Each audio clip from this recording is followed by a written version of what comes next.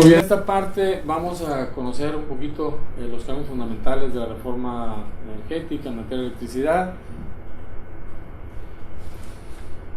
Vamos a ver básicamente una introducción, vamos a tratar de encontrar cuál es el objetivo de la reforma y luego entrar a la ley para ver cuáles son los cambios relevantes y de alguna manera plantearnos qué es lo que sigue como organizaciones, como empresas, como ingenieros. ¿Por qué se hizo la reforma energética? ¿A quiénes les afectará? Y si los ciudadanos comunes debemos de participar.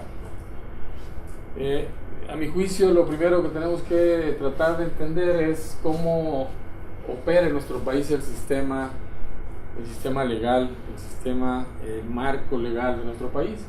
Hay una pirámide, que esta se la robé al licenciado Jesús Luis López, siempre la pone, entonces yo también la pongo, que es la misma que él pone. Arriba de todo está la Carta Magna, y así le llama, la Constitución Política de nuestro país. Después, en orden de importancia, están los tratados internacionales. Por ejemplo, en el año anterior, año pasado, nuestro gobierno, a través de nuestro presidente, se comprometió a que en el año 2025 el 25% de la energía que se consuma debe ser energía limpia. Entonces ese es un tratado internacional signado por nuestro país, entonces se convierte en ley suprema y está arriba, está encima de las leyes secundarias. Siempre nuestro presidente trae regalos. Sí, hombre, qué buena onda,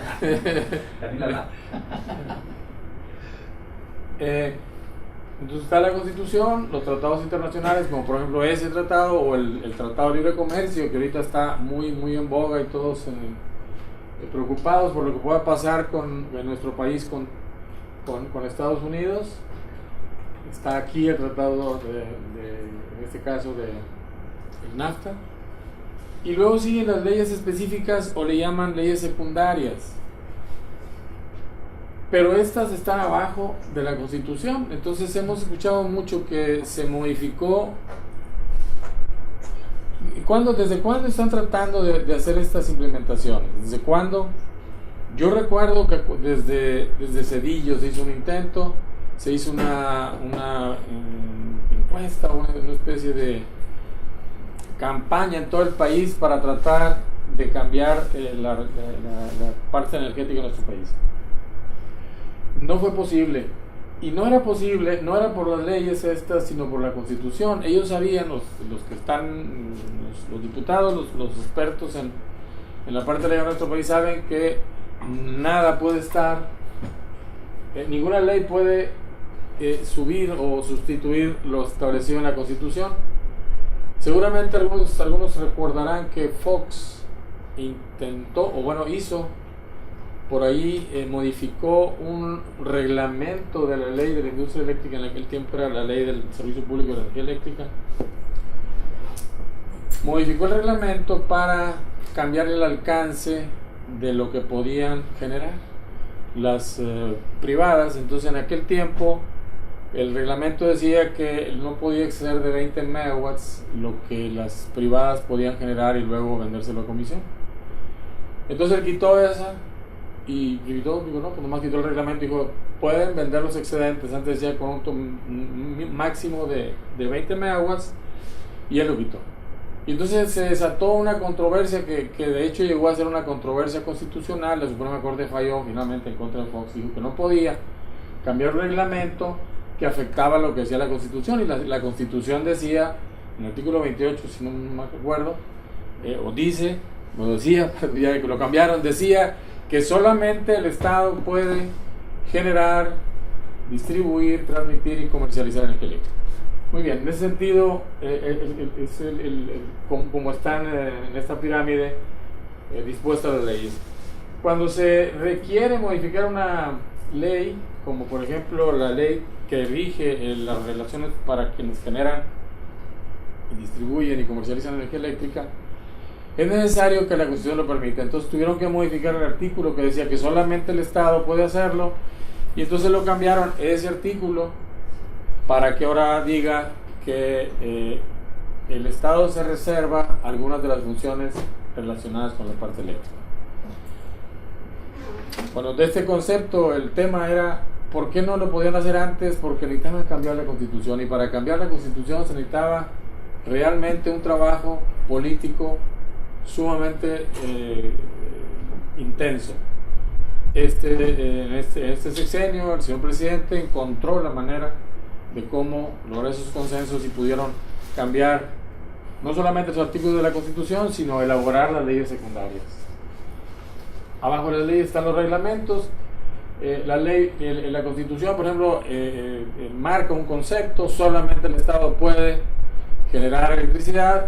La ley específica dice cómo, va acotando de qué manera, quién sí, quién no, y el reglamento ya pone un poquito más incluso de tiempos y penalizaciones incluso. Después, abajo de los reglamentos tenemos decretos, acuerdos, disposiciones, criterios, por ejemplo, que se dan muy a menudo con toda esta reglamentación. Y abajo de eso están las normas oficiales mexicanas, las normas de referencia y especificaciones técnicas. Esta es básicamente la pirámide jerárquica legal en nuestro país. ¿Cuál es el objetivo de la reforma? Casualmente esta es una presentación que yo tengo desde el 2014, no toda, pero la mayoría de las. Probablemente desde el 2015, la doctora, la maestra Katia Somoano presentó, y entonces esta la tomé yo de una presentación de ella que hizo cuando no era ahora directora, trabajaba en este organismo. Y entonces el objetivo, también lo dijo el presidente, y esta información estaba en el sitio de la presidencia. O sea, el objetivo de la reforma era reducir tarifas y mejorar la calidad de servicio. Se basaba primordialmente, el concepto se basa en que gran parte de la energía se genera con petróleo, o sea, a base de petróleo, no de gas, y eso es más caro y contaminante que el gas natural. Le apuestan en esta reforma a que el gas natural sustituirá plenamente y completamente el petróleo, haciendo que sea más bajo la generación, por un lado. Por otro lado, le apuestan, o le estamos todos apostando, que se van a reducir las pérdidas técnicas y no técnicas. No sé si tengan claro un concepto y el otro. Las pérdidas técnicas son en la transmisión de energía eléctrica, como más o menos todos sabemos. Al transmitir energía, parte se pierde en el proceso de transmisión y de distribución por los transformadores que necesitan energía para establecer su proceso, de la transformación. Las líneas en el proceso de transmisión, por supuesto que llevan una pérdida ahí que depende de la potencia que manejan. Esas son las pérdidas técnicas. Las pérdidas no técnicas son lo que se roba. Entonces eso da una cantidad importante. Y entonces esto decía, y pues siempre todos dijimos, oye, ¿será cierto o no? Y pues aguantó un poquito ese tema hasta que hace ya, yo creo que un año ya, comenzaron a subir las tarifas, de tal manera que ahorita están 50 o 60% más caras en algunos de los conceptos. Para entender el concepto del ahorro que se pretende, aquí vemos cómo está el precio de los combustibles y el uso que le da, en este caso, la Comisión Federal. El 47% de las generaciones por gas natural y el 21% por combustible. Entonces ahí estaba justificado su dicho o su objetivo. Para entender el concepto completo, creo yo, es importante que entendamos a lo mejor cómo somos incluso los mexicanos. Entonces, por ejemplo, en 1938 fue la nacionalización en 1915 la tierra, o sea, la Revolución Mexicana.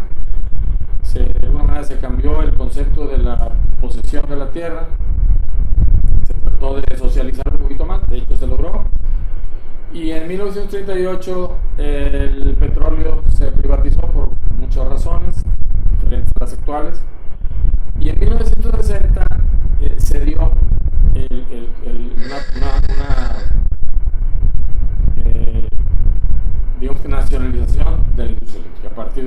60 ya tenía formada la comisión algunos años, pero en esa época se dio exactamente la nacionalización de la industria eléctrica, y eso fue lo que eso fue supongo que es el Excelsior, no sé qué periódico,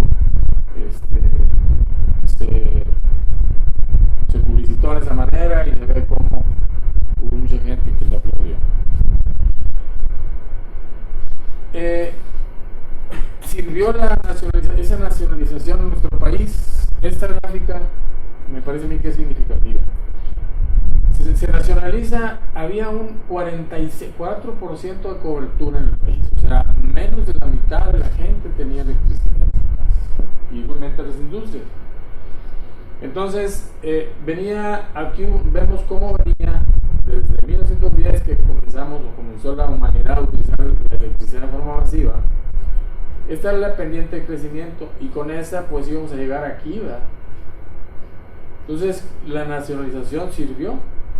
Se crea la Comisión Federal, bueno, ya estaba creada, pero se integra un concepto de socializar la electricidad de tal manera que se logró incrementar fuertemente la cobertura. Esto nos hizo un país en vía siempre de ser el primer mundo, tener el 100% de cobertura, pero llegamos aquí y ya era muy difícil este 2% llevarlo hasta donde al 100%, era muy difícil avanzar. Ya estamos hablando de comunidades sumamente aisladas, probablemente de difícil acceso. Entonces, como que si era el objetivo de la Comisión Federal de Electricidad o del gobierno, pues se logró. O sea, logramos electrificar el país. Pero esa industria eléctrica estaba a la altura de los países del primer mundo. Dicen los que saben que no. Por ejemplo, esto es una ponencia del doctor Ochoa Reza cuando era director de la Comisión Federal de Electricidad. Y entonces, según los informes que tiene, o sea, aquí teníamos las ventas, cómo se iban, pues, proporcionalmente a cómo se iba electrificando el país, o a cómo se va creciendo el país, no solamente electrificando, sino creciendo la parte eléctrica. Aquí este es el atorón del 2008, cuando el crack del sector inmobiliario de Estados Unidos. Pero aquí está cómo vamos siempre en ascenso, pero los números son muy malos. Eso era cuando él era director. Y las pérdidas están aquí. Entonces, de acuerdo, estas son las pérdidas que tiene reportada la Comisión Federal, de 17%. Supongo yo que cuando ellos, en 2012 a lo mejor es, ¿no? 2000, sí. O sea, cuando toman, cuando este gobierno, el gobierno del licenciado Peña Nieto, toma el poder, había 17% de pérdidas. Y lo bajaron a 15%, pero estamos muy, muy por encima de lo que los países del primer mundo debían estar. 6% es lo que se tiene. Y por otro lado, ¿qué tan competitiva es la tarifa de Estados Unidos, bueno, de México, comparada con, por ejemplo, Estados Unidos? Entonces en esta gráfica se ve que definitivamente siempre estamos arriba del precio, y eso de alguna manera no nos ayuda en la parte competitiva.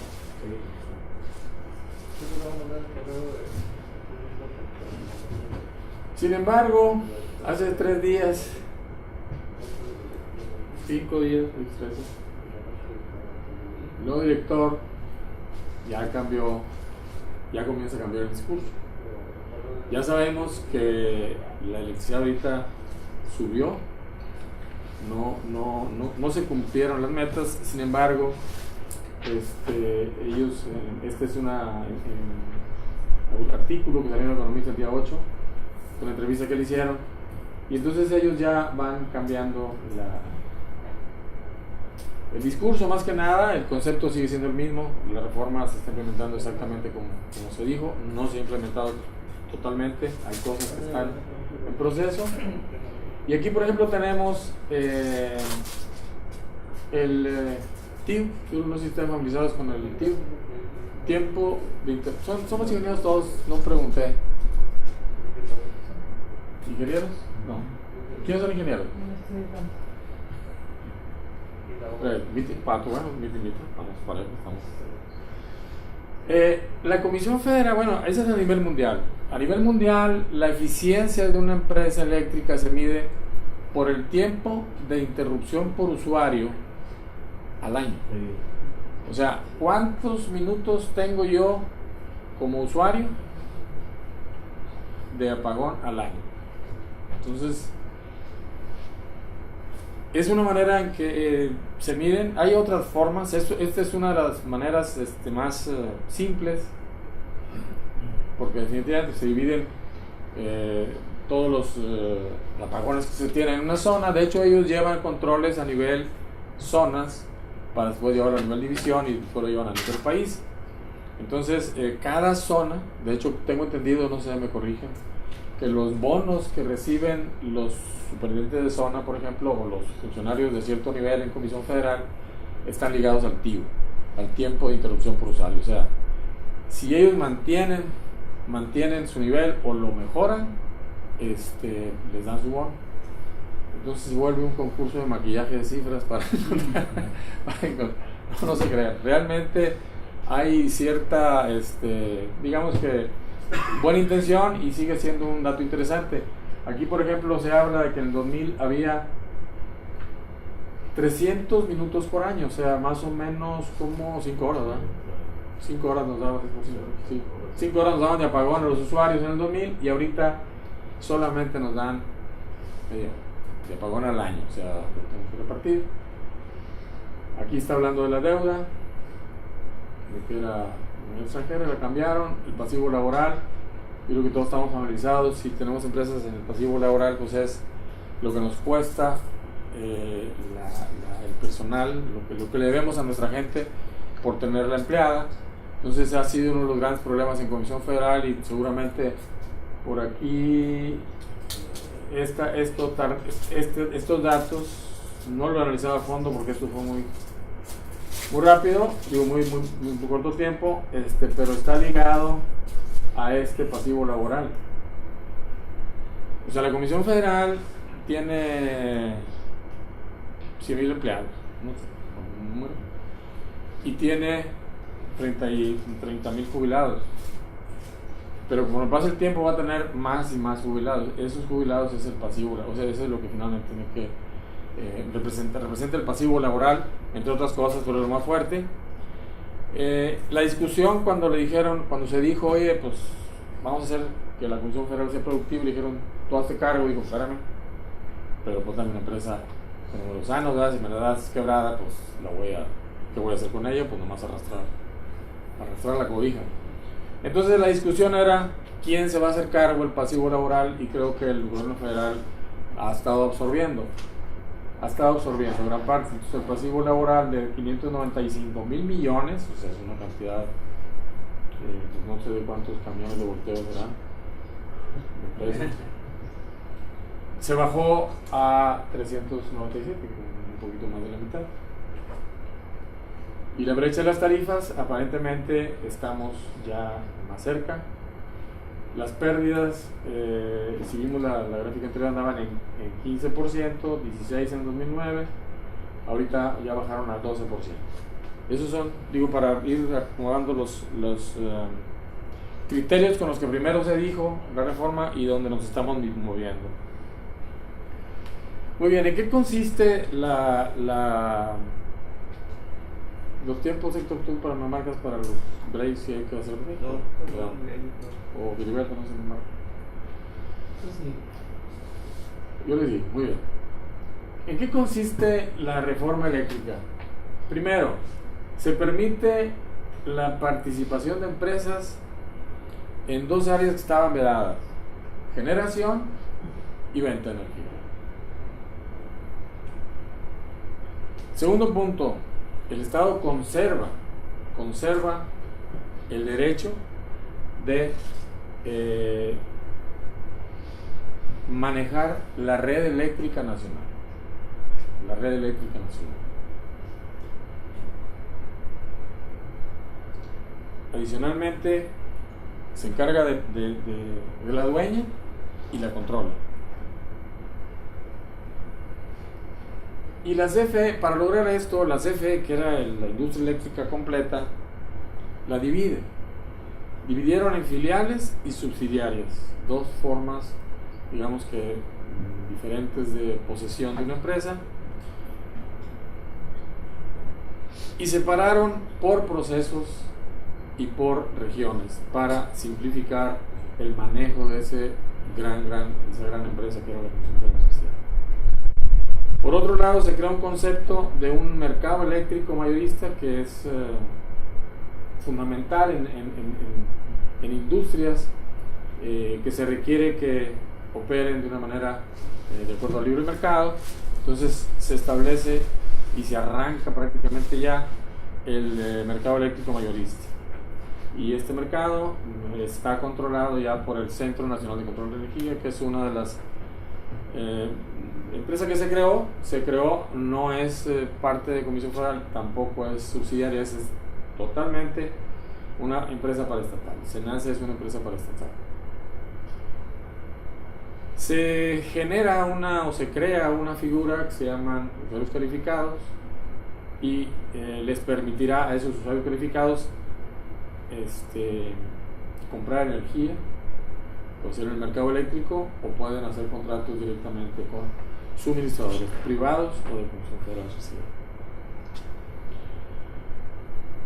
Y como un cambio adicional, se crea el concepto de certificado de energía limpia.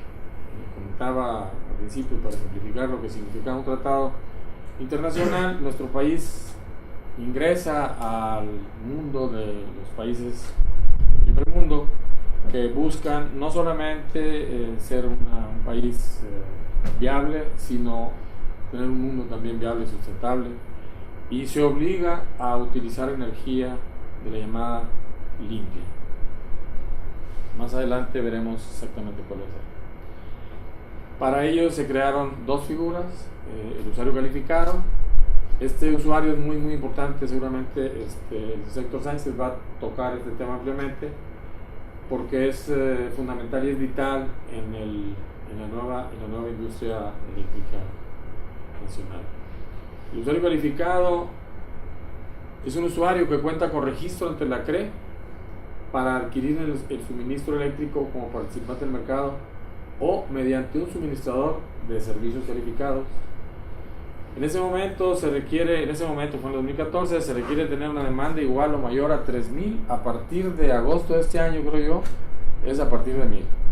O sea, lo van ellos, lo pusieron en la ley que cada año iba a ir disminuyendo la cantidad de demanda, y lo establecieron a partir del arranque de la ley cada año. Entonces en agosto es cuando cambia. El otro tipo de usuario es un usuario de suministro básico, que, bueno, así como su nombre lo indica, adquiere suministro básico. La diferencia es que en el segundo es tarifa regulada. Definitivamente sí. Efectivamente, el usuario calificado está en la posición de comprar en el mercado, y en el mercado se compra al día, como se está moviendo, o puede establecer un contrato específico con tarifas que pueden ser variables o pueden ser fijas. O sea, puede no entrar al mercado, puede comprar directamente un suministrador y negociar una tarifa. Los usuarios de suministro básico, no. Los usuarios de suministro básico están obligados a tomar la tarifa que va a establecer, en este caso, el suministrador. La Comisión Reguladora de Energía, la que determina la tarifa regular. Sí. O sea, actualmente esto ya se está moviendo hacia allá, todavía no están funcionando, Actualmente la tarifa la determina la Secretaría de Hacienda. Según esto hay una fórmula para integrar esa tarifa, pero por lo que se dice no es muy clara para el resto del mundo, para el resto de los usuarios, para todo el mundo en México. En este caso, la Comisión Reguladora de Energía está obligada a publicar la metodología y los parámetros que están interviniendo para determinar esa tarifa. Perdón, para efectos prácticos, arriba de 1000 es usuario calificado y abajo de 1000 kilowatts es usuario de suministro básico. Así es.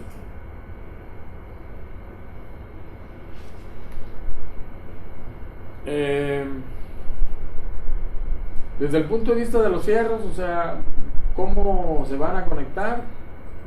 Bueno, pues va a haber una generación, va a haber un controlador que dice cuál planta entra y cuál no. Va a haber una red de transmisión y distribución que pertenece al Estado, que son áreas estratégicas exclusivas, y están los usuarios. Entonces esto permite, este esquema ya define que en la generación, en esto se reserva el Estado, pero aquí hay una parte que falta, que vamos a ver en la siguiente gráfica, que es la venta, pero aquí ya permite la libre competencia entre empresas públicas y privadas, y esto es lo que se reserva el Estado.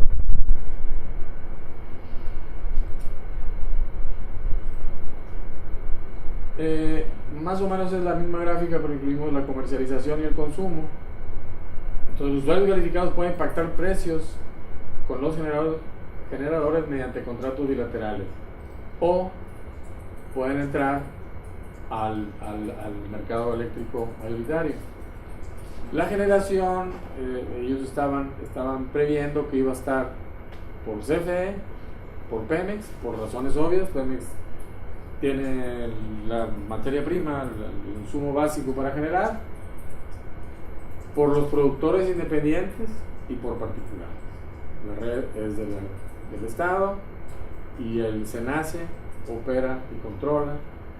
Entonces aquí ya va a ser a un particular o al Estado, a la CFE, quien podrá comercializar.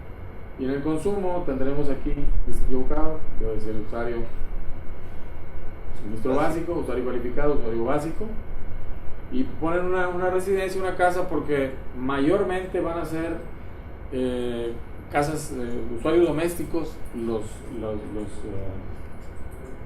usuarios básicos. Para que nos demos una idea, la Comisión Federal tiene 40 millones de usuarios. De esos seguramente 35 somos usuarios del SONET. Muy bien. Dentro de las cosas interesantes que trae la ley, está el artículo 8.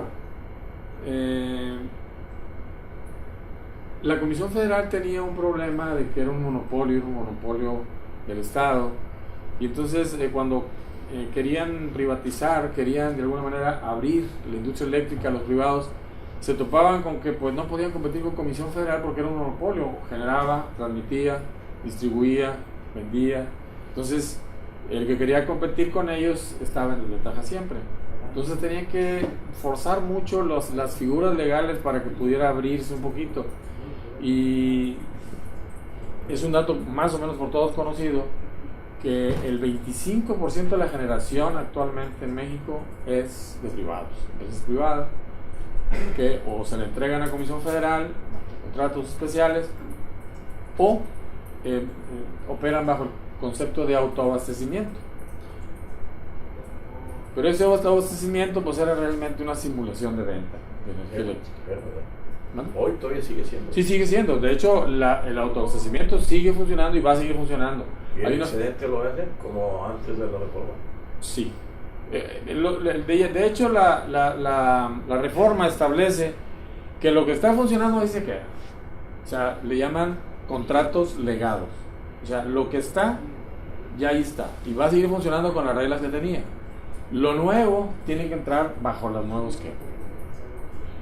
Este es muy interesante porque establece que la generación, o sea, todos los conceptos del proceso de la industria eléctrica se realizarán de manera independiente entre ellas y bajo condiciones de estricta separación legal. Entonces, en el caso en el caso de cualquier empresa, por ejemplo, la Comisión Federal tiene varias figuras, o sea, tiene todas las figuras. Las tenía antes y ahora tiene que separarlas. Por ley tiene que separarlas. Y tiene que tener consejos de administración separados. Cada empresa, por ejemplo.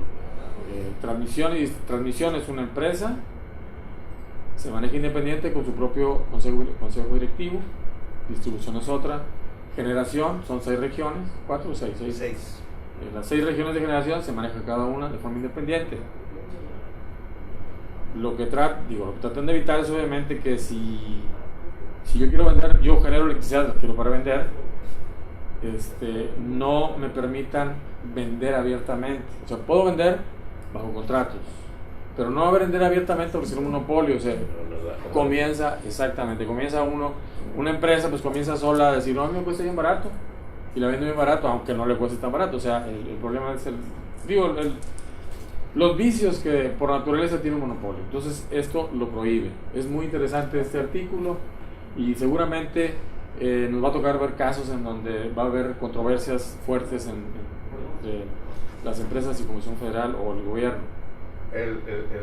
Las 6 áreas que se dicen de generación es con el fin de no incrementar el porteo de la energía para no encarecerla.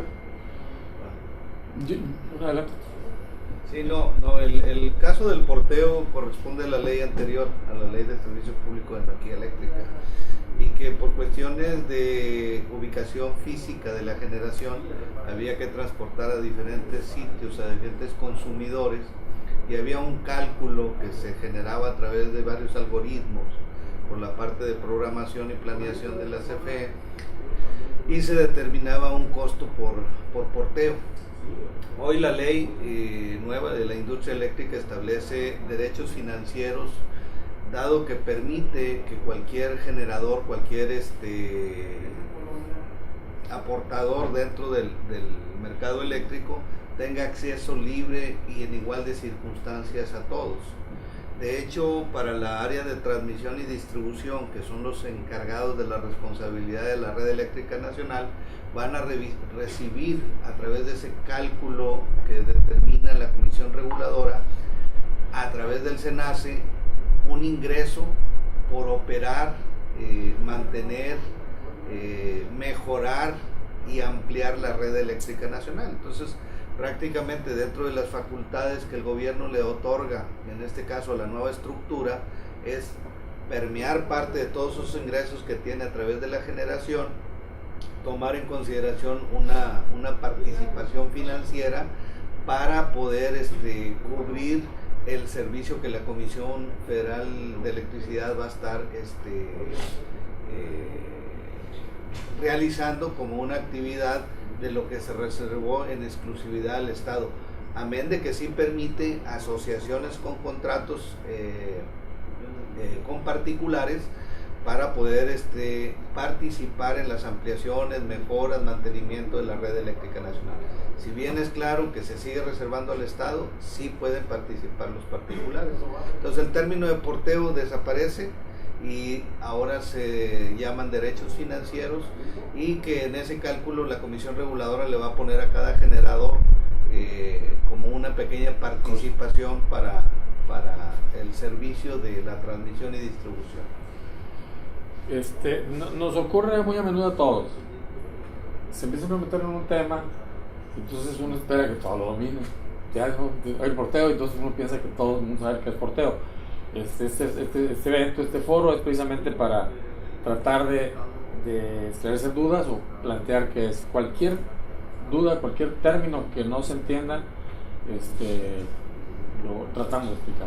Héctor, Rodolfo, que está bien metido, Claudio, los que hemos estado estudiando este tema, pues algo más o menos entendido.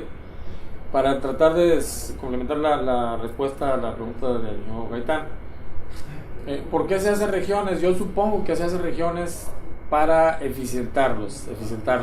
Se hacen zonas de distribución para que tengan mejor control y así operan mejor.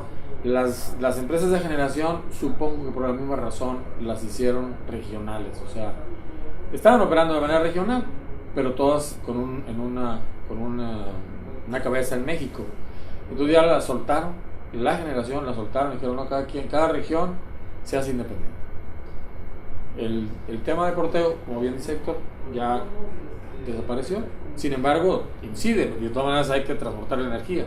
Entonces a lo mejor sí incide, dices, no, ¿sabes qué? La hacen más chiquita y aquí entrego. Yo aquí entrego. Sí, porque es que al decir que todavía están los generadores anteriores independientes, que se le llamaba, y que están bajo el antiguo esquema, sí, generando y entregando, sí, eran de autoabasto, sí, y el excedente lo entregaban a CFE, que lo irradiaba en el área, ¿verdad? Así es. Por eso son los diferentes puntos de... Sí, déjenme hablar un poquito del concepto okay, de autoabastecimiento, porque a lo mejor estamos suponiendo que todos lo entendemos, no está tan... Digo, ¿es lo que se le llamaría nodos? ¿Los nodos? Sí, está relacionado con ese tema. Está relacionado... ¿Con los derechos financieros? Está relacionado con los nodos. Ahorita trataremos, yo creo que en la de Héctor va a quedar un poquito más claro ese concepto, pero déjenme regresarme al tema de autoabastecimiento para que todos entendamos. ¿Qué decía la ley anterior? Nada más el Estado puede generar y vender energía. Pero había uno que decía, autoabastecimiento sí. O sea, ahí mismo decía, si tú vas a generar para ti mismo, pues no tengo por qué negártelo y pues genéralo, ¿no? O sea, una empresa que, sobre todo por ejemplo las empresas que necesitaban vapor como parte de su insumo, entonces pues tienen que generar vapor, y ya cuando generas vapor pues ya puedes generar electricidad. Entonces, oye, espera, bueno, ok, bajo ese concepto se permite la ley anterior, pero entonces le sacan una vueltecita al concepto y dicen, oye, autoabastecimiento, sí, ¿y quién es? Yo y mi compadre. Es que mi compadre está aquí enseguida. ¿Está aquí enseguida? Bueno, pues está bien, dale a él. Oye, pero mi otro compadre está en Aguascalientes. ¿Por qué no? Pues es mi compadre, o sea, somos socios, es mi misma empresa. Entonces, bueno, ok, pero no me permites transmitir ni distribuir energía. Entonces, yo te la doy a ti y tú se la das a él. Y me cobras el peaje. Ese es el porteo. Ese es el porteo y ese era el concepto de autoabastecimiento. Pero entonces les tiran el razonamiento y entonces llega una empresa que genera electricidad y le dice, busco socios para autoabastecernos todos. Y entonces yo tengo la empresa y tengo el 90% de las acciones, y entonces le vendo el punto 3, el punto 5, el punto 7, el punto 8, el punto 1, el punto 3, y todos somos dueños, somos socios. Entonces yo genero y les doy a todos mis socios. Ese es el concepto, digamos, que escalado a donde se llegó el autoabastecimiento. O sea, hay empresas que, por ejemplo, generan, para darles una idea en términos eléctricos, México tiene 60,000 megawatts instalados. Bueno, hay plantas que generan 1,200 megawatts. O sea, es una planta grande. Para darnos una idea, Monterrey tiene 6,000 megawatts de capacidad, Aguascalientes ha de tener 400 a lo mejor, o sea, la zona de Aguascalientes. Entonces una planta de 1,200 megawatts, pues está grande. Bueno, pues eran las plantas que tenían contratos de autoabastecimiento. Esas son las que llegaron a ser, o llegan a ser, el 25% de generación privada en México. Les tiraron al hilito para un concepto legal, llevarlo. Digamos que el gobierno estuvo de acuerdo, porque el gobierno en ese momento, no tenía dinero para invertir en plantas. Entonces tenía que frenar el crecimiento eléctrico. Entonces dijeron, bueno, pues le encontramos una solución buena para los particulares y buena para el gobierno. De alguna manera una especie de simulación. Esta reforma pues trata de eliminar o evitar esa simulación. Es mi punto de vista. Sí, aprovechando, porque este punto que comenta Malthus es bien interesante.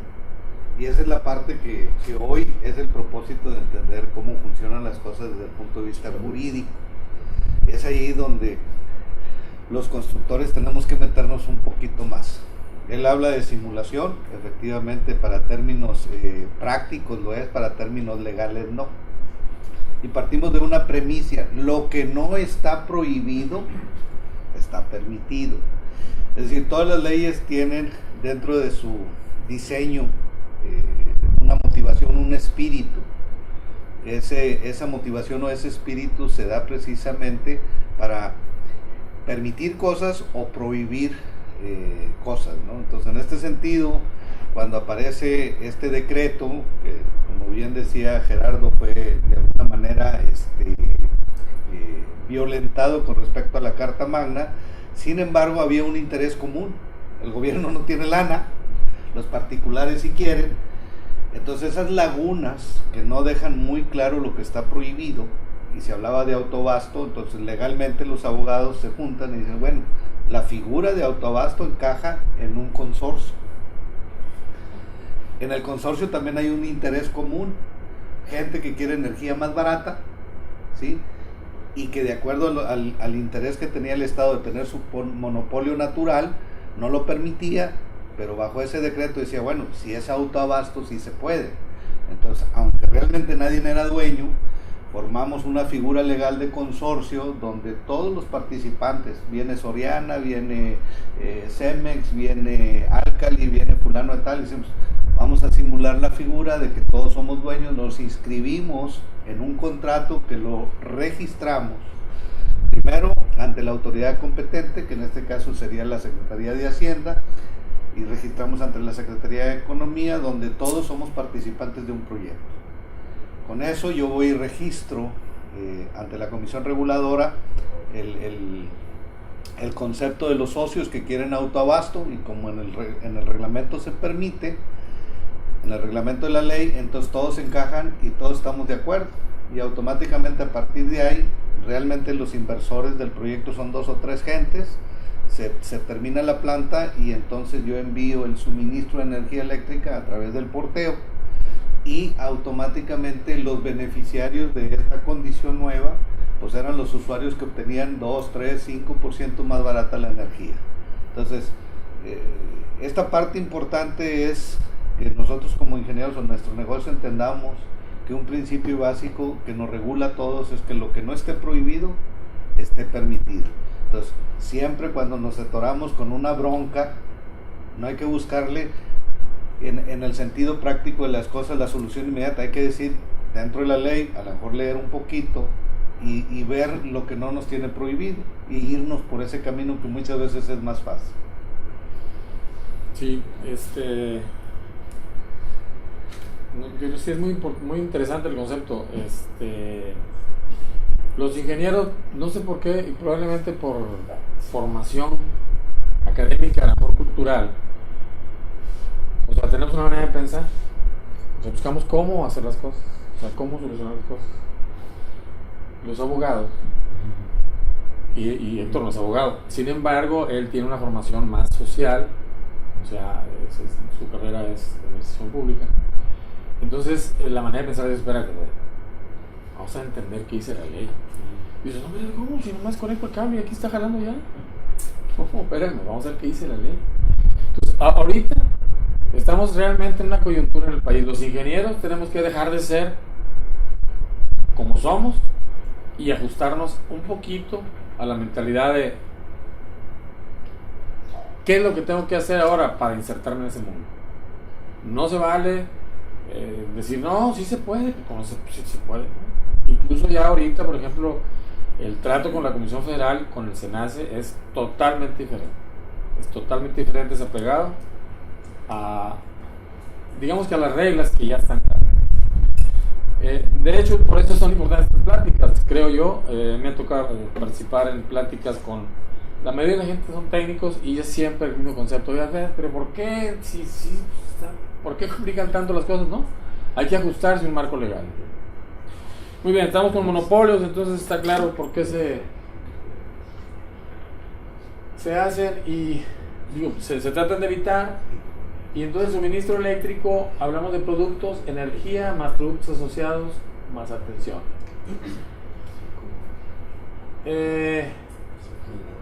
También estamos acostumbrados ahorita que, por ejemplo, la energía, casi todos nosotros que tratamos con usuarios, digamos que medianos o grandes, estamos acostumbrados a que se mida de dos cosas. La energía, o sea, que es la demanda en función del tiempo, son los gigawatt-horas, más la demanda máxima. Ya las cosas están cambiando, o sea, ya se habla de productos que pueden ser energía y asociados, que puede ser demanda, que puede ser respaldo de frecuencia, que puede ser sistemas de emergencia.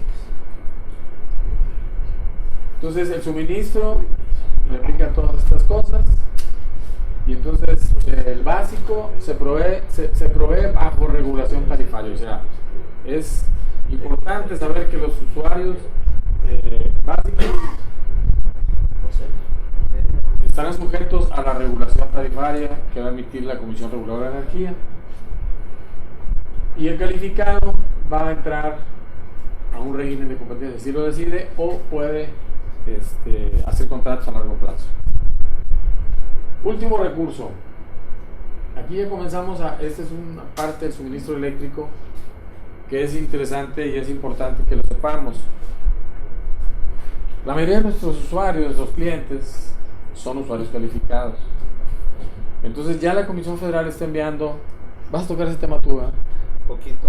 Bueno, lo empiezas y luego ya tú le agregas más.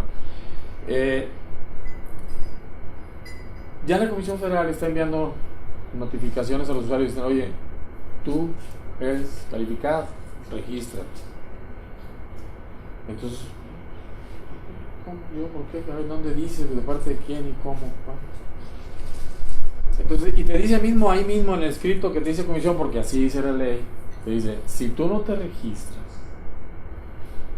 te van a registrar. La Comisión Reguladora te va a registrar. Y si tú no escoges un suministrador, o sea, si tú no dices, cuando el momento que dices soy usuario calificado, dices yo soy usuario calificado, aquí está mi historial, aquí está, mira, mi historial, y aquí está un dictamen de un verificador que dice que yo tengo esa demanda, entonces yo soy usuario calificado, me voy a registrar. Y mi proveedor es por los siguientes 2 años, 10 años, 20 años. Ok, estás ahí, entonces ya la Comisión Reguladora de Energía sabe que tú eres un calificado y que estás contratado ahí. ¿Qué pasa con los que no? Entonces dice: bueno, yo te registro y te voy a cobrar, te voy a poner esta tarifa. ¿Cuál es la tarifa de último recurso? La tarifa de último recurso está prevista para que, por ejemplo, yo, usuario, contrato al señor para que me dé energía eléctrica. Entonces yo hago un contrato con él y pago a través del sistema, ya no de porteo, sino el sistema de nodos, de cuánto cuesta la energía en ese punto, y pago los servicios financieros de transmisión, pago la transmisión. La factura me va a venir, pagas esto, más aquello, ¿Es el transporte de la transmisión? Exacto, es el transporte de la energía. Entonces, ¿qué pasa en el momento de que se le apaga la máquina? Pues yo estoy conectado a la red, pero él se le apagó la máquina. ¿Se le pagó? ¿Por qué? Pues no le dio mantenimiento, no pagó el gas, o el diablo llegó crudo, ya saben. En México casi no ocurre eso, pero puede ser. Entonces la ley lo prevé, porque dice: no, pues vamos a simular, me contrato con él, y luego pues padre, yo estoy ahorrando, pues mi cuenta sea nadie, porque yo sigo conectado a la red. La red eléctrica es suficientemente capaz y potente como para los, por decir un número, 3000 kilowatts que yo estoy demandando, pues ni se nota. Pues sí se van a notar. El señor se van a decir: dejó de suministrar. Entonces tú, usuario calificado, en lugar de pagarle a él, me vas a pagar a mí. Comisión Federal, en este caso SENACE. Es la garantía. Es una cláusula de garantía. No, yo sí te voy a dar energía, pero no te lo voy a dar al precio que él te daba. Sí, claro. Te la voy a dar más caro. Al precio más caro de ese momento que esté en el mercado, a ese precio te la voy a dar. como un castigo. Y tú tendrás que negociar con él. Oye, espérame, el día que pagues, ¿qué va a pasar? Penalidades, son las penalidades. Sí, ¿qué va a pasar? No, compadre, yo te pago todo. No, sí, cóbrame lo que quieras, yo se lo cobro a él. Entonces, esa es la tarifa de último recurso. Digo, para eso está hecha. Pero también la ponen en otros lados. ¿No te registras? ¿No te registraste como usuario calificado? Te paso la tarifa. Eso sí está grave, está grave. Héctor va a ampliar Si quieres, lo aprovecho ahorita porque está fresco el tema y hago alusión de lo que comentaba Gerardo, artículo 8. Si no se nos olvidó qué es el artículo 8. Monopolio. Desaparece el monopolio natural del gobierno y crea subsidiarias y filiales. Esa separación legal precisamente tiende a garantizar, primero, que un organismo que tenía el control total de los procesos de energía eléctrica, hoy si disemine o se diversifique por áreas de competencia y quede muy claramente que no pueden interaccionar en ellos. No sé si alguno ha ido al SENACE que dice, oye, es que estuve en comisión. Yo no sé nada de comisión. El SENACE ahora trata de marcar una distancia entre lo que es Comisión Federal y el SENACE. Todos sabemos que el SENACE estuvo conformado y fue parte integrante de la Comisión Federal. El SENACE dependía de la Dirección General de Comisión. Sin embargo, cuando la ley queda muy clara y los abogados de la propia comisión dicen separación es separación total. En ese sentido, cuando hablamos del tema de generación, pues obviamente no se pueden poner ni acercarse en cuanto a temas de el costo de energía eléctrica. Y la ley es muy clara, en otros preceptos dice a la inversa. Cuando estamos en la parte de usuarios calificados, el SENACE tiene por obligación despachar la energía más barata. Si yo me meto al mercado, me inscribo y trato de irme a las subastas de CFE, en medida que yo compre, la obligación del SENACE es enviar la energía, despachar la energía más barata que se tenga registrada en ese momento, y así sucesivamente hasta la más cara. Entonces pudiera darse o criticarse de que por ser empresas del gobierno, donde el dueño, aunque son productivas del Estado, el dueño de la empresa sigue siendo el gobierno, y por el otro lado está el organismo público como empresa paraestatal descentralizada, el SENACE. Oye, pues échame la mano, despacha mi energía, estoy produciendo y no se está vendiendo. O sea, la ley queda muy clara, se va a despachar primero la más barata. En ese tenor o en esa inteligencia de que siempre tendrá preferencia la energía más barata, excepto en los contratos ya definidos que hablaba Gerardo, con algún suministrador o generador. Entonces, en ese sentido, también cuando alguien tiene la contingencia de perder la máquina o simple y sencillamente el usuario calificado programó mal su demanda porque estableció que iba a requerir 3 megawatts o 3.8 megawatts y por cuestiones de producción se fue a 4.5, el diferencial lo va a pagar como último recurso. Y eso le irá precisando y mejorando sus contratos directamente en el mercado eléctrico para estar a tono con lo que demanda y lo que realmente usa. Entonces trae muchas cosas. Es muy interesante entender el juego y las reglas. ¿Por qué? Porque nos queda claro que nosotros que estamos en medio del sándwich, por un lado tenemos a las entes reguladoras, a las compañías suministradoras, a las compañías comercializadoras, a las compañías generadoras, que va a ser un juego importante. Nuestro papel con los clientes es fungir también como asesor. Si no debe de bastar de irle a instalar una instalación eléctrica, subir el switch y retirarme, ¿no? Yo creo que de lo que también comentaba Gerardo, que tiene que quedar muy claro, es que en este nuevo mundo el cliente va a exigir más, va a requerir más de la parte o de los profesionales que estamos inmersos en el sector eléctrico. Y esa capacitación, esa parte de preparación nos va a permitir permear mejor las posibilidades de ganarlos la confianza del cliente. O sea, un cliente que recibe valor agregado, y ese término tiene que quedar muy claro a nosotros, ¿cómo le vamos a generar valor agregado al cliente? No es lo que yo crea, que sea más, es lo que él esté dispuesto a pagar más porque realmente está recibiendo un verdadero servicio de nosotros. Entonces, este es parte del juego que tenemos que empezar a entender. No me quedó claro. Si tú tienes registrada una demanda de 2 y te vas a 4, o si tienes una de 4 y te vas a 2, eso depende de la producción, pero está el procedimiento muy rígido, eso es lo que no entendí. Sí, hoy otra vez va a haber un mercado de energía eléctrica y va a haber una bolsa de todos los generadores que les notifican a la Comisión Reguladora de Energía. Le avisa al SENACE, que es el que despacha, y el SENACE tiene todo un procedimiento para establecer todo ese ingreso de capacidad de oferta de megawatts, y los tiene que colocar en el mercado. Si la desaparición de la Ley de Servicio Público de Energía Eléctrica, que estaba bien organizada y que era autoabasto, y decía lo que me sobró, bien claro, si ustedes se acuerdan del código de red, lo que me sobró se lo vendo a comisión, lo que me faltó comisión me lo vende, y ya está estipulado. Lo de contingencia o problemáticas, pues es energía de emergencia y tiene otro costo, está bien establecido.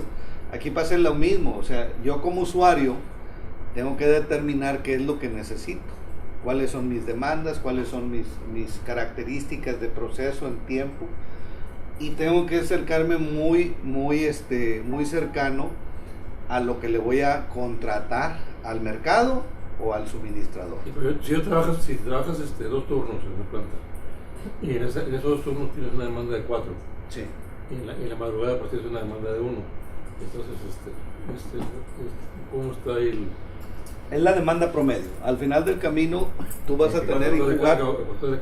Sí, o sea, tú vas a tener una demanda registrada al final del camino en consumo de kilowatts hora y en demanda, que la demanda máxima desaparece, algo así. Sí, o sea, digo, bueno, cada quien te va a vender a como quiera, como quiera. Tú vas a tener un concepto ahora nuevo, en el sentido que tú básicamente determinas lo que tú necesitas, ¿no? Y en el concepto de los contratos, cuando es suministrador generador, tienes el apoyo o el asesoramiento del suministrador, y este es el que te registra y te pacta tanto la tarifa como las demandas que tú vas a tener, y él las registra en la Comisión Reguladora de Energía, y luego el despacho lo hace a través del SENACE, pero eso ya es contratado. Y por el otro lado tienes la subasta. Esta pregunta está de 6 años, ¿no? Pero esa cuestión no se resuelve a través de un contrato de respaldo. Sí, para allá. De manera, ¿no? Claro. A ver, lo que pasa es que necesitamos ponernos todos de acuerdo, porque hay quienes traen ya preguntas de maestría y luego no estamos todos sincronizados. Déjenme les explico cuál fue la tragedia desde mi punto de vista cuando se dio el tema de los autoabastecimientos. Decían, oye, pues está viendo energía. Está bien, pues ya tengo energía. Estoy esperando a alguien que tiene una computadora. Pues ya tengo energía, ¿qué me ofreces? Menos que comisión. Más barato. Sí, más barato. Vente, vamos a platicar. Entonces te decían, mira, tú estás demandando, préstame una factura. Es más, déjame decirte, aquí veo tu perfil de consumo. Entonces tu perfil de consumo está así, ¿verdad? Lo que él dice, baja a 2, subo a 1. Entonces yo que vendo energía, es como traer un trailer. ¿Qué te conviene? Ir separando, y bájale y súbele y subidas y bajadas, o ponlo en automático a 80 km por hora. Eso es lo que necesito. Eso es lo que vendía. Mira, este es tu perfil, yo te voy a vender esto que está parejito. O sea, tú, échamele. Perdón. Gracias, eso es lo que te voy a vender esto. Oye, espérame, pero yo necesito esto. Mi planta jala con todo. No hay bronca. Tú me contratas a mí lo fijo y el excedente, contrátalo con comisión. ¿Está prohibido? No. O sea, no es respaldo. No, yo te voy a contratar a ti te voy a contratar. O sea, el que viene y me trae 10 megawatts y 2 contigo, por si acaso los necesito. Y tú me facturas eso. Pero fíjense la injusticia. ¿Realmente quién le daba el servicio? Comisión Federal. Porque la planta estaba a 2 o a 200 o a 2000 kilómetros. Entonces el sistema estaba ahí. Entonces, Comisión Federal tenía que hacer las paradas y subidas y esto, y nomás le facturaba esos picos, y el otro iba en caballo de Hacienda. Échamelo. O sea, échame la pechuga del pollo. Agarra las patas y el pescuezo y todo. Esa fue, digo, no fue una injusticia, digo, fue una cosa que se dio por lo que decía Héctor. O sea, entre los dos, o sea, entre el sector privado y gobierno, tenían que encontrar una salida a un bloqueo legal. O sea, no había manera de que se produjera electricidad y se vendiera como forma particular. Entonces encontraron eso, pero se generaron esos problemas. Entonces, es que yo lo tengo de otro concepto, tú, para que podamos saber se vale. El fondo de por qué fue el abastecimiento. Tenemos que irnos un poquito más para atrás, en una plática que nos dieron, no me acuerdo ahorita en dónde, en el año del 94, que fue cuando se sacó un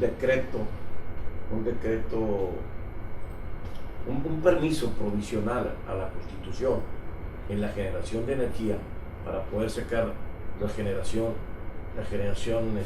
privada. ¿Sí?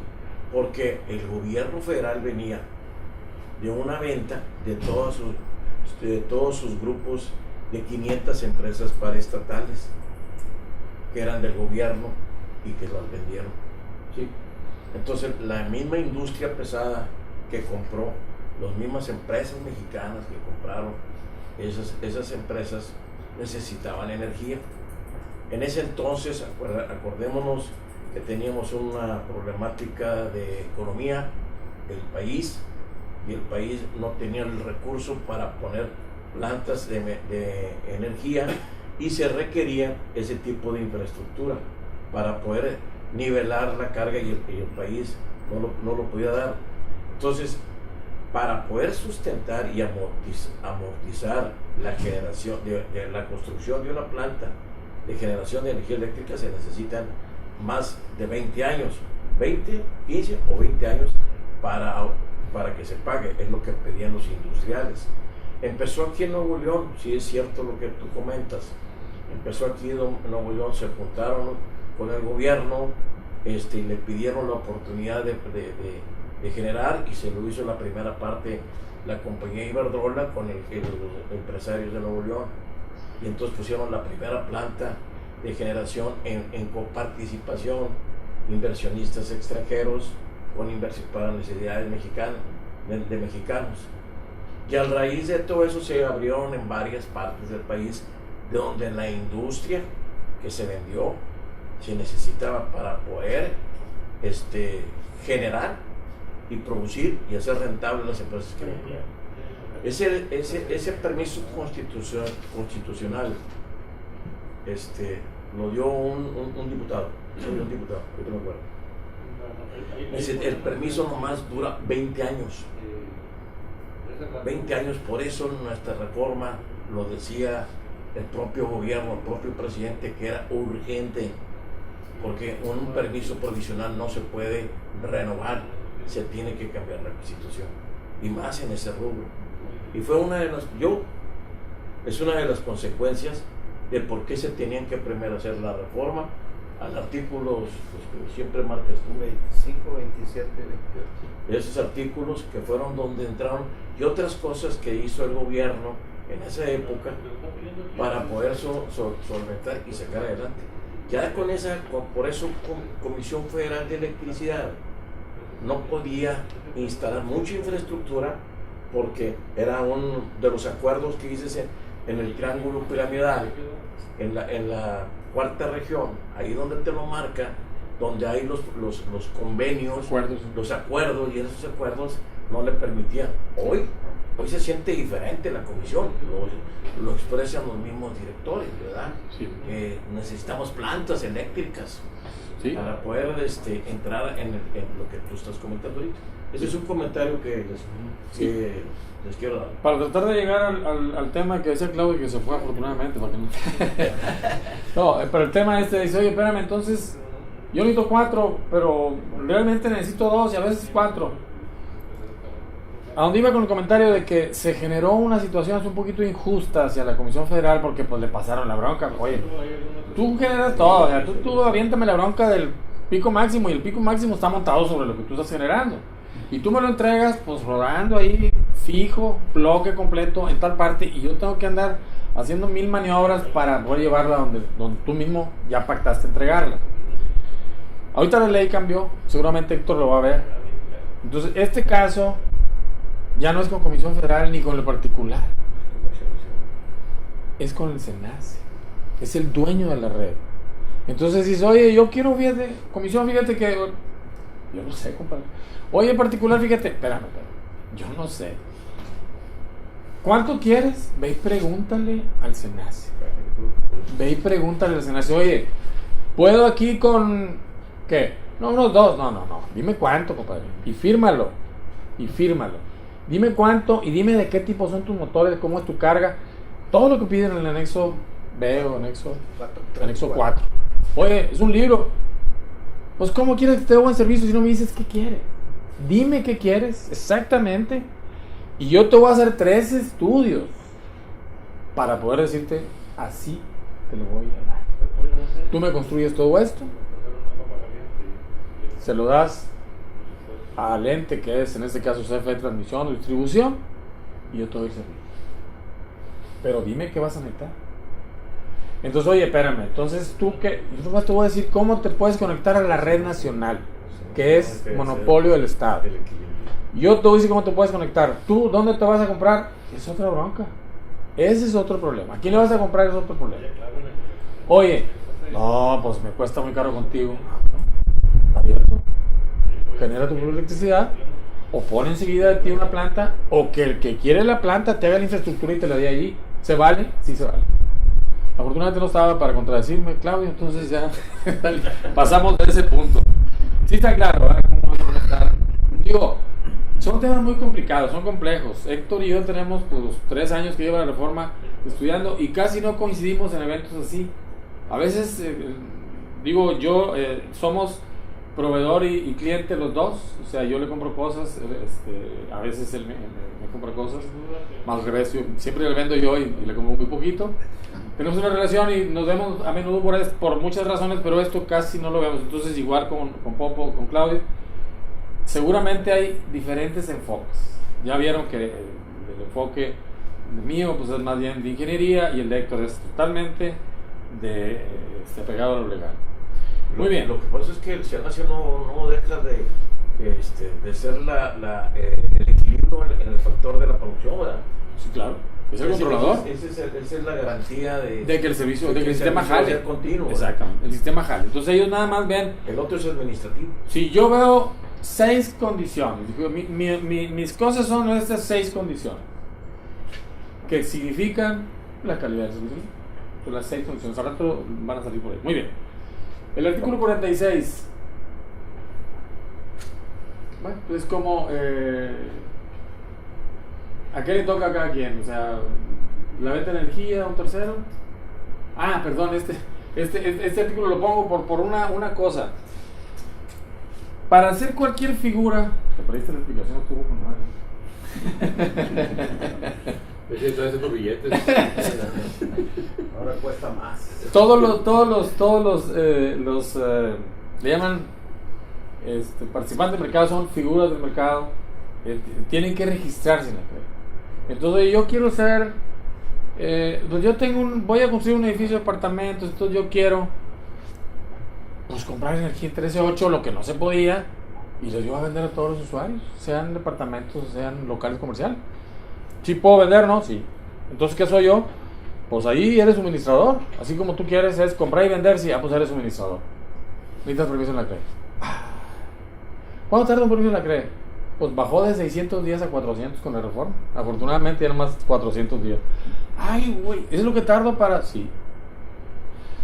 Entonces, oye, pero eso es un tema muy simple. Yo tengo un edificio o tengo un centro comercial quiero comprar y vender energía. Ah, ok, dejaron ese artículo ahí, pero dice, la venta de energía de un usuario final, o sea, no se requiere permiso, siempre y cuando la energía se utilice dentro de las instalaciones del usuario final. Centro comercial. Es un centro comercial, como los que conocemos, Soriana, Liverpool, todos esos pueden comprar energía donde la entregan Y ponen ellos. y ponen un medidor para vender, para facturar, para pagar ellos, y luego ponen medidores a sus usuarios. Eso se está dando mucho aquí en Monterrey, al menos ha sido todos los días estamos viendo casos de esto. Es un medio dicen que es un medio de control para el que se va a ir sin poder la venta. Ah, también, lo agarran, antes no podían. O sea, antes lo hacían algunos, pero no podían. Porque en el momento en que iban con un abogado, ya fíjate que se fue sin pagarme la luz. Tú vendías luz. Sí, pues espérame, ¿cómo? Está prohibido por la Constitución, es como vender mota o cocaína, ¿verdad? Sí. Demandas a alguien porque no te pagó la cocaína, pues, ¿cómo? Muy bien. Caso absurdo, ¿verdad? Pero bueno, eres más equivalente. Ahí el tema es que si el centro es arriba de un megawatt, le puede comprar a registrarse como usuario. Exacto. Y no nomás a comisión, sino también como. Exacto. O sea, si es un consumidor de servicio calificado, tiene opciones para comprar en varias opciones. Comercialización, pues es esto.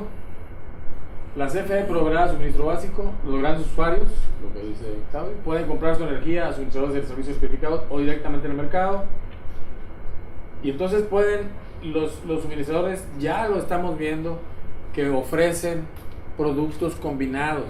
Ya no está tan simple de que te vendo energía y demanda. No, ya le empiezan a pensar, ¿verdad?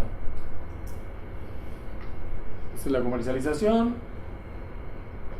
Ok, entonces aquí es la calidad de usuario se adquiere mediante la inscripción en el registro correspondiente a cargo de la CRE. Entonces esto es por electrónico. El solicitante deberá acreditar que los centros de carga cumplan con los niveles requeridos de consumo o fijados por la Secretaría. O sea, yo quiero hacer ese verificado porque mi compadre vende luz, entonces yo lo voy a comprar y yo quiero inscribirme, pero no soy. O sea, tengo menos de 1 megawatt, pero sí quiero andar ahí. No se vale. O sea, la Secretaría va a decir cómo. No engañes, o sea, cómo sí seas recalificado. Lo que pasa es que yo tengo una empresa, o manejo una empresa de verificaciones, es una unidad de verificación. Entonces, esta está un poquito orientada hacia allá, porque cuando apareció la ley, dijeron, van a desaparecer los verificadores, y madre santa, ¿qué vamos a hacer? Entonces, pues aquí está, esa por ejemplo es una de las cosas que los verificadores van a tener que hacer, certificar que un usuario tiene. Muy bien. Entonces esto es lo que dice que va bajando por cada año la clasificación de usuario calificado. Y esto es Héctor, por ejemplo, y su servidor. Fabricamos cosas aquí en México para la industria eléctrica. Entonces, oye, si hacen todo, no protegen la industria nacional, nos van a dañar seriamente. No, pusieron ese artículo que va a haber manera de que se le dé prioridad a los, de acuerdo a la ley, se le va a dar prioridad a los fabricantes nacionales. La CRE fija las tarifas de suministro básico. Esta filmina es por esto. Cuando estaba la ley en discusión en la Cámara de Diputados, se estableció una fuerte controversia porque dijeron, espérame. No tenía este párrafo. Nada más era este párrafo. La CRE aplicará la metodología de tarifas reguladas, pum. Entonces dijeron, no, espérate. Las tarifas domésticas, ¿qué son? Ya tienen años, los que viven en el Bajío seguramente no les pega tanto el precio de la electricidad, pero aquí en el norte, en todo el norte, donde las temperaturas son altas y la carga de clima está fuerte, entonces a los usuarios domésticos nos pega. Entonces están subsidiadas y cada mes nos llega ahí cuál es el subsidio y lo vemos y está algo cero. Entonces cuando con eso dijeron, no hay subsidios, o sea, ya va lo que cuesta y hay que pagarlo. Entonces le agregaron este párrafo. El Ejecutivo Federal podrá determinar mediante un acuerdo un mecanismo distinto. Ya dejaron abierto porque el presidente se apunte y diga, hágase la luz para los pobres también.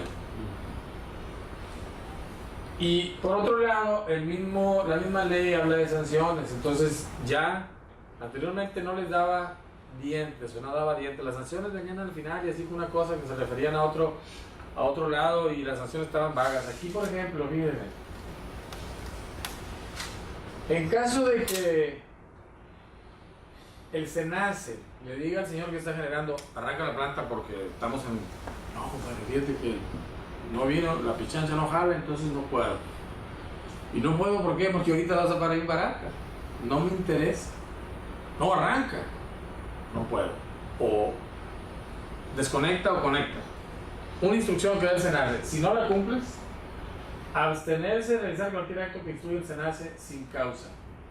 Del 2 al 100, del 2 al 10 de los ingresos brutos del año. Imagínense cuánto factura Iberdrola.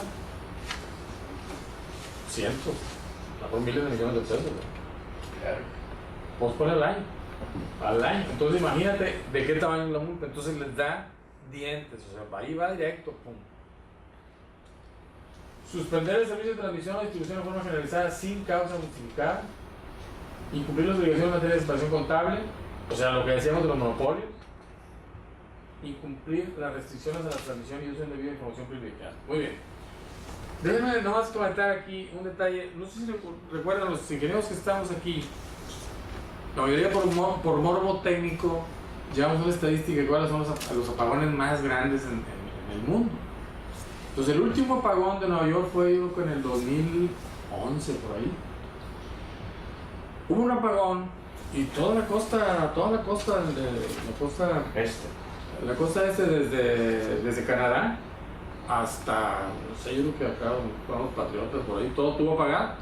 Y estuvo apagado un buen rato, o sea, tardaron más, en algunas zonas tardaron días en restablecer. Entonces, cuando uno sigue la nota y sigue leyéndole ahí, te encuentras que los que estaban, las empresas, eran varias empresas, dejaron de dar mantenimiento. O sea, los precios estaban tan baratos y estaban, no, pues ya no hay mantenimiento, esa línea no puedo, sácala, o está fuera de servicio. Pues no hay lana para mantenimiento y fueron dejando de dar mantenimiento a las redes. Y entonces suspender el servicio de transmisión y distribución de forma generalizada sin causa justificada. O sea, esto pudiera ser ridículo. ¿Quién va a hacer eso? No, si lo hacen. O sea, cuando hay lana de por medio dicen, no lo hago, no le doy mantenimiento. No, o sea, los números ahorita no son redituables, entonces no lo hago.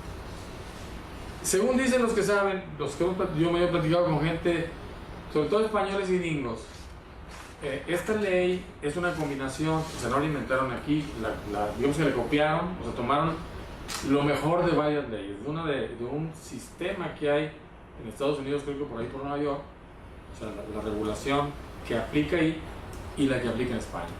Entonces, según esto, fueron cubriendo casi todas las cosas, los huecos que dejaron aquí esa ley donde las empresas se iban por ahí. Esto es para áreas de oportunidad para las empresas. Dice, los transportistas y distribuidores deberán verificar a través de unidades de verificación que no existen unidades de verificación de medición. Cuando menos una vez cada 3 años, los instrumentos de medición instalados para asegurar que o sea, chamba hay. Todos los medidores tienen que verificarse cuando menos una vez cada 3 años. En teoría la comisión lo hacía. ¿Lo haría? Chamba para los señores verificadores, dices tú. No, para cualquiera. Digo, para cualquiera que quiera poner una unidad de verificación de medición. ¿Qué se necesita? Pues no han sacado la regla, ni siquiera la norma todavía de medición, pero va a haber chamba. O sea, ¿qué le checan a un medidor? Pues con una carga fantasma y uno ahí, voltímetro. O sea, no es algo así, una inversión cara lo que se necesita. Por eso está puesta ahí esa filmina. El SENACE, pues bueno, ya vimos que va a operar en condiciones, asegurar que el sistema eléctrico funcione. Eso es muy importante porque el SENACE existía como un apéndice de la comisión y ahorita le está costando trabajo separarse porque anteriormente era un ente totalmente técnico y ahorita no, es un ente comercial que tiene que recibir gente. De hecho, el SENACE no tiene ni siquiera dónde atender a la gente, o sea, no tiene ventanilla, ¿vale? Y de hecho el sistema ya lo hicieron para que ni siquiera se necesite ventanilla, o sea, tú entras, tienes que entrar al sistema por internet y ahí todo se puede manejar en teoría. El CIASIC.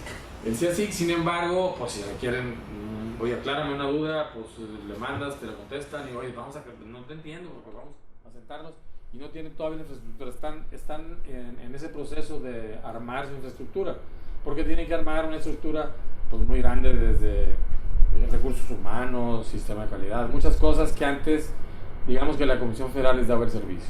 Entonces están en proceso de crecimiento. No, tenían concesión. Cuando se fundó el SENACE, era vigilaba la continuidad de servicio, pero también vigilaba la seguridad del equipo y del personal. Ahora, ¿quién va a tener esa bronca?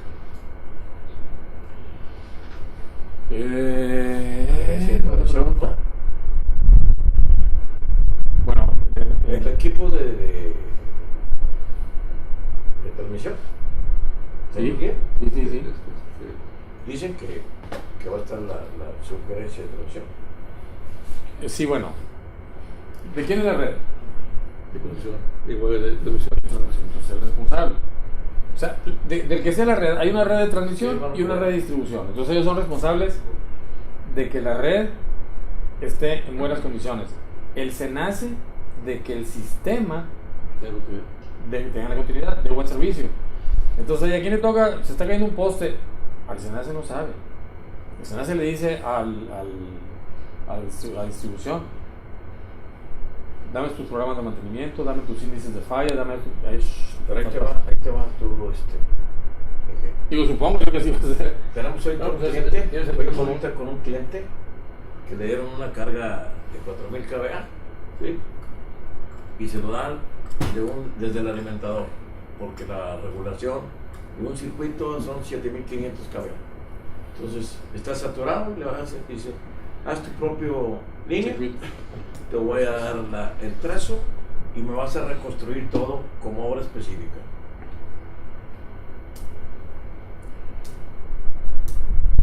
No son las reglas del SENACE. Digo, el SENACE dijo. Son las reglas que está poniendo el SENACE. Sí, de hecho, ya tenía tiempo de que se había establecido, digamos que una animadversión entre el SENACE y sobre todo distribución.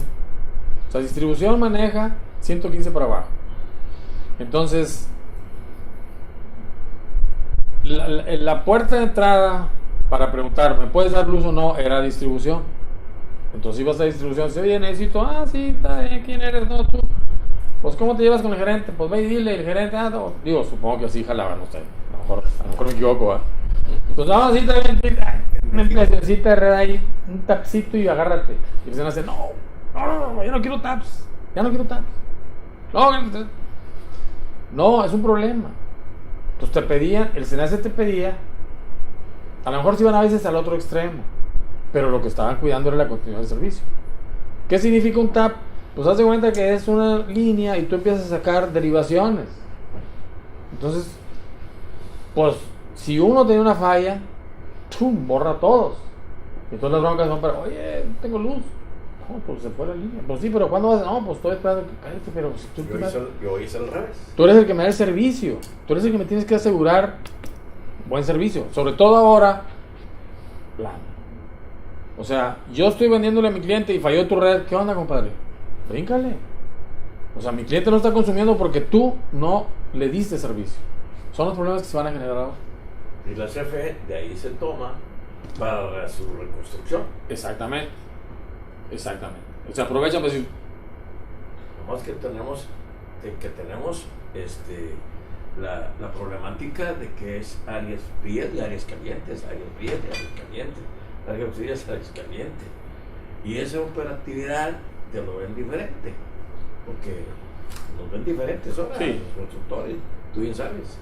Sí, sí, lo que decía Héctor al principio de la plática, o sea, esta coyuntura representa una oportunidad para todos los que estamos Sí. en esta, para asesorar adecuadamente a los clientes, para dar un buen servicio y que realmente se le dé una solución técnica adecuada a nuestros clientes. Sí es cierto de que a veces el SENACE o transmisión o distribución pueden exagerar en los requerimientos. Hasta ahorita, no sé, Héctor, ahorita que platique varios casos seguramente específicos, pero hasta ahorita a mí me ha tocado ver muy receptiva a la gente del SENACE, sobre todo a la gente del SENACE, en buscar soluciones. No son muy rígidos, no han estado muy rígidos, han estado siempre buscando encontrar un punto de equilibrio, como que también para ellos es nuevo aplicar la reglamentación. Muy bien, aquí se ve en esta cómo están, por un lado, el mercado eléctrico y por otro lado el marco regulatorio y por acá los fierros, ¿verdad? Entonces aquí están lo que es la generación, aquí está el SENACE que controla, Secretaría de Energía y la Comisión Reguladora que de alguna manera le dan el soporte y el marco legal a todo el sistema. Y aquí las figuras.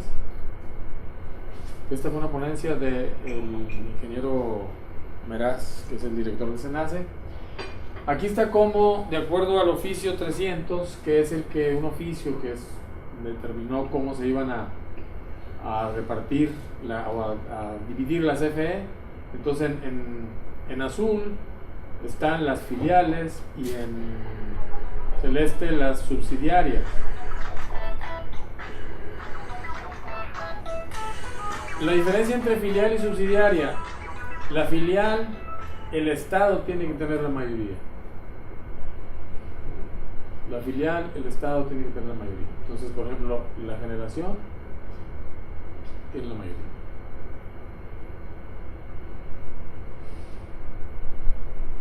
Eso seguramente se va a ver después, más a detalle. Esta, por ejemplo, la tomé de la misma entrevista que le hicieron y entonces ya dijo cómo quedó, porque la anterior era cómo iba a quedar. Ahorita ya quedó. Ya en junio del año pasado comenzaron a hacer los nombramientos. Ya están los consejos directivos de todas las empresas operando. No sé si los han invitado como asesores a alguna de ellas porque dicen que pagan bien. Hay asesores independientes, hay consejeros independientes, le llaman en cada uno de los consejos directivos de todas estas empresas. Por ejemplo, en generación están 6 subsidiarias, en transmisión hay una, en distribución hay una, con 16 divisiones, que esto ya estaba. En suministro está en básico y en calificado, y esta está en energía, le llaman, bueno, energía es esta, y esta es internacional, o sea, esto vende gas. Aprovecharon que ya tenemos, venden gas. Y entonces el análisis dice que se tienen 55,000 megawatts de capacidad de generación, 188 plantas, tantos kilómetros, 40 millones de clientes, tantos kilómetros, patrimonio, pasivo, fíjense, el activo, ventas 353 mil millones en 2016. El activo 1.4 billones y el pasivo 0.92. Un patrimonio de 500 mil millones. Ese es el tamaño de la empresa. O sea, sí es una empresa, digo, respetable a nivel mundial. No sé qué tamaño tenía. Era como la 15ª empresa del mundo. Y este es el timing. Esta es la hoja de ruta. Aquí es cuando, aquí, este es lo último que, cuando lleguemos a esta fecha, en diciembre de este año, transmisión y distribución ya tienen que tener separados sus activos, definido claramente de cada quien toca, su gente, su seguridad, su calidad, todo tiene que tener separado y operando, funcionando, para que el 1 de enero del 2018 la reforma entra con todo.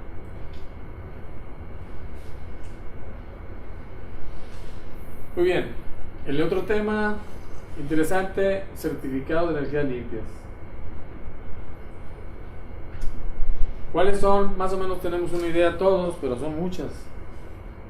Hasta chiquita la letra. Viento, sol, energía del océano, geotermia, bioenergéticos, energía por el metano, hidrógeno, hidroeléctricas de cualquier tipo. Digo, pueden ser chiquitos también hacia grande. La nucleoeléctrica que está limitada, o sea, no puede haber más. Esta es la de un poco parecida de los residuos Gabazo, sí, orgánicos, ¿sí? Cogeneración eficiente, este es otro tema muy interesante. Los ingenios, aunque no sean eficientes, de bajas emisiones de carbono como estándares y otras tecnologías. O sea, sí son muchas, las más comunes: eólica, solar, hidroeléctrica.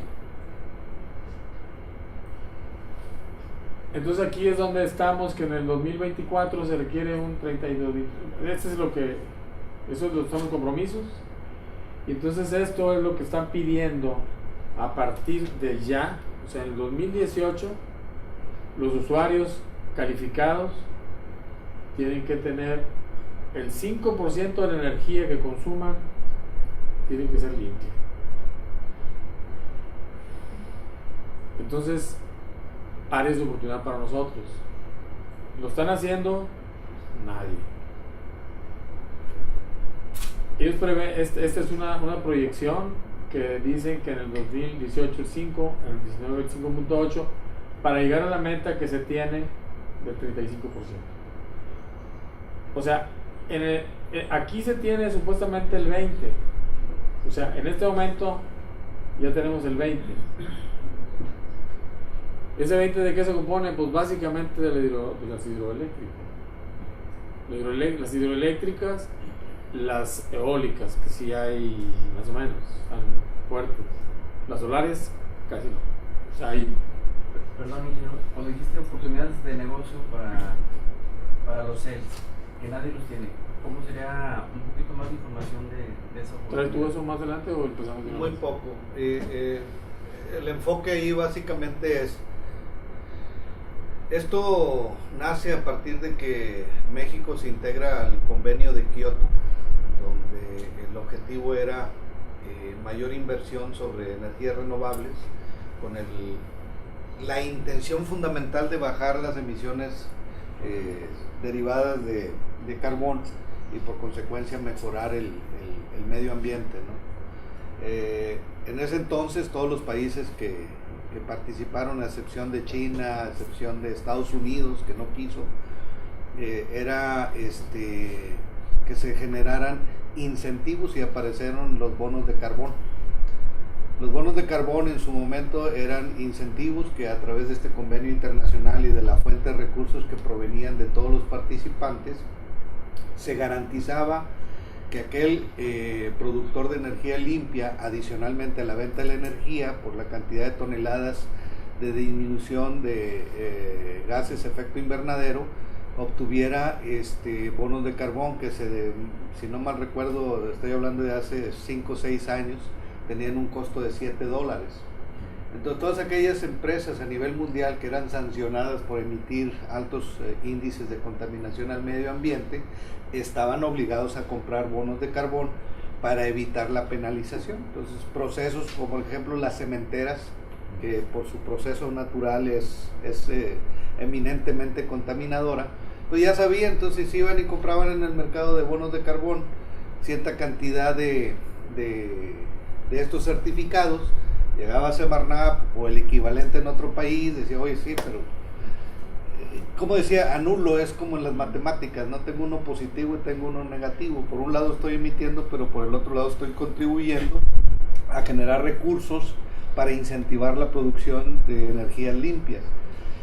Este fenómeno lo recoge la ley mexicana a través de la ley de la industria eléctrica, y lo que está buscando es cómo plasmar lo que internacionalmente ha funcionado para que, a través de ese fondeo, esos recursos que se van a obtener por aquellos que están obligados a comprar los certificados verdes, sean recursos que permitan o permeen en beneficio de las inversiones que se hacen en energía limpia. Ese es el concepto. Entonces, ¿qué sucede cuando tenemos, por ejemplo, un montón de clientes a los que les damos servicio y la pregunta que nos van a hacer es, oye, ¿cómo está eso de los certificados verdes? Entonces, lo que decía Gerardo, ahí es donde debemos de entrar nosotros a decir, oye, pues ya por ley, aquí no es cuánto contaminas, el 5% de la energía es así.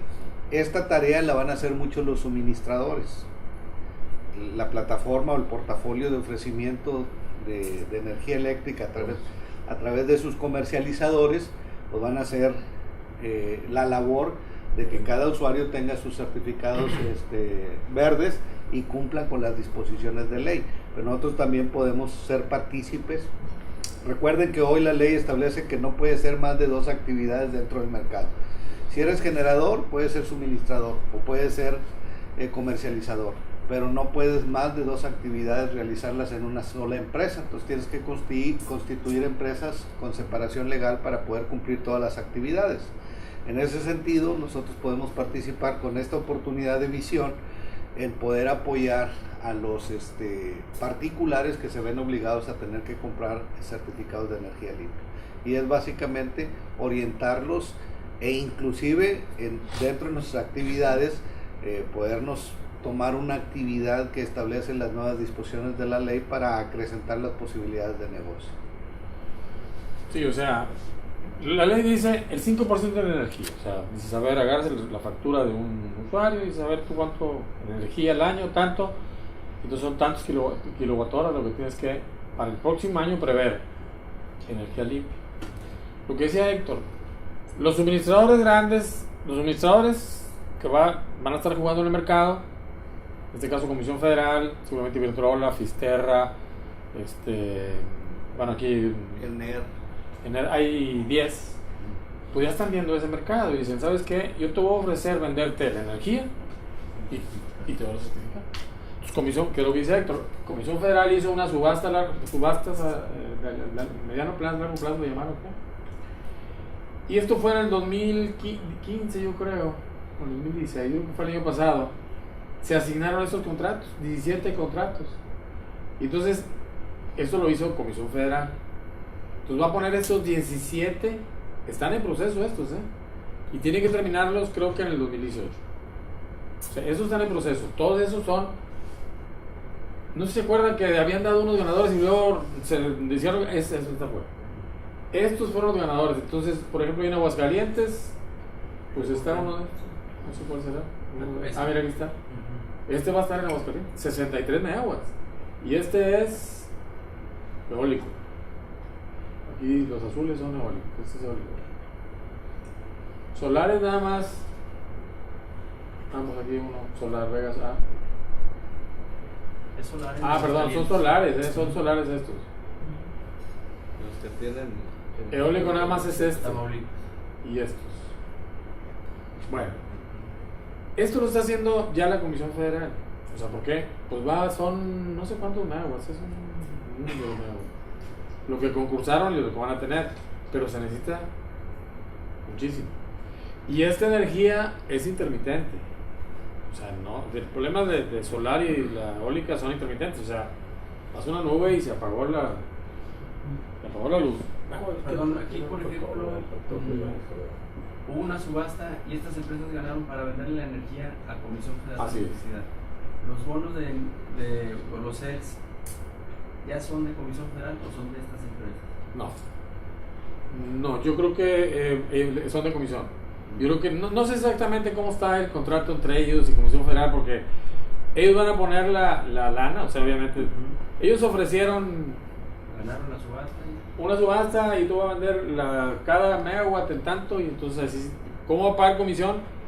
No sé. El concepto de certificados verdes va mucho en razón de quién hace la inversión.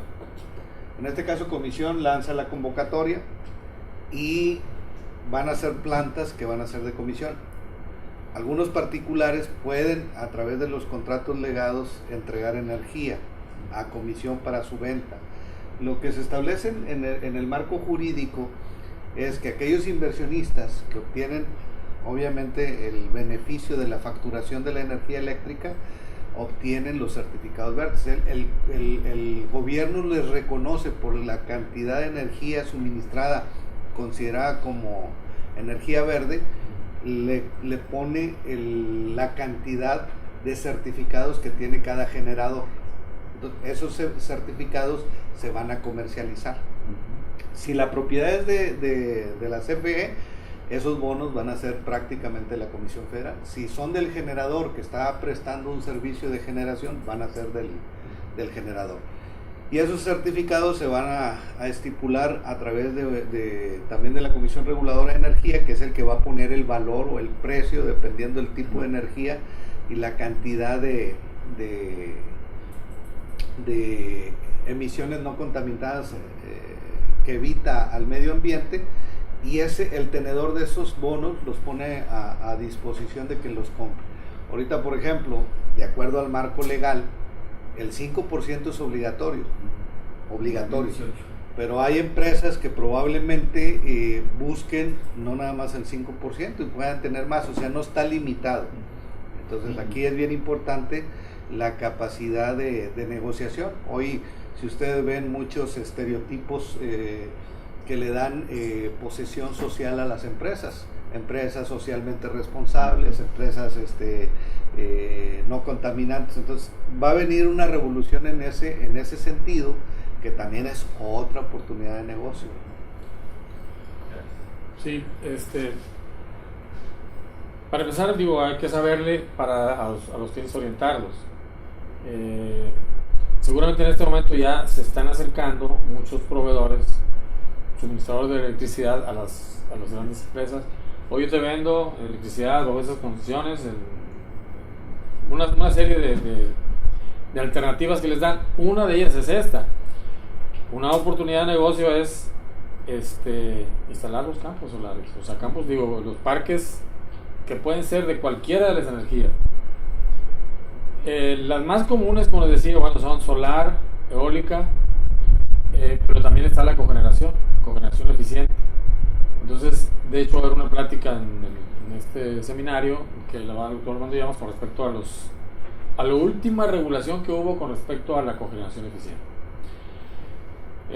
De pasadita lo mencionó Héctor, debe de tener controles muy estrictos, seguramente la Comisión Reguladora de Energía y el SENACE, para medir esa energía, porque esa energía ellos la suministran y dicen, entregué tantos certificados de energía limpia y se los vendía a Juan, a Pedro, al otro. Entonces tiene que tener muy buenos controles. O sea, regresando al área de oportunidad, pues se puede instalar, o sea, el usuario puede instalar, oye, ¿puedo instalar mis celdas solares? Claro, puedes instalarlas.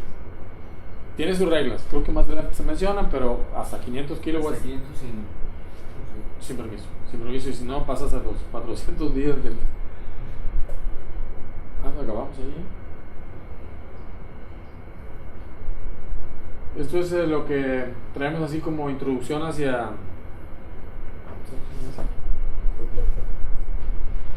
Sí. Como introducción hacia lo que es realmente la reforma, encontrar en conclusiones, pues diríamos, hay una larga historia de intentos de mejorar, de hacer más eficiente el sistema eléctrico nacional. Nos parece, a los que hemos estado viendo, a mí me parece que es un muy buen intento y depende de todos nosotros de que se lleve a cabo y se logren los objetivos que se pretenden.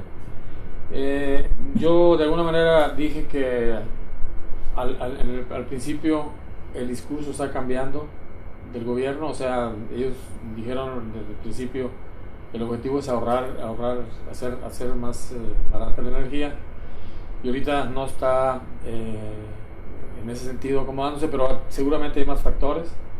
El petróleo ha subido, el dólar también ha estado moviéndose, entonces eso definitivamente le pega a las tarifas.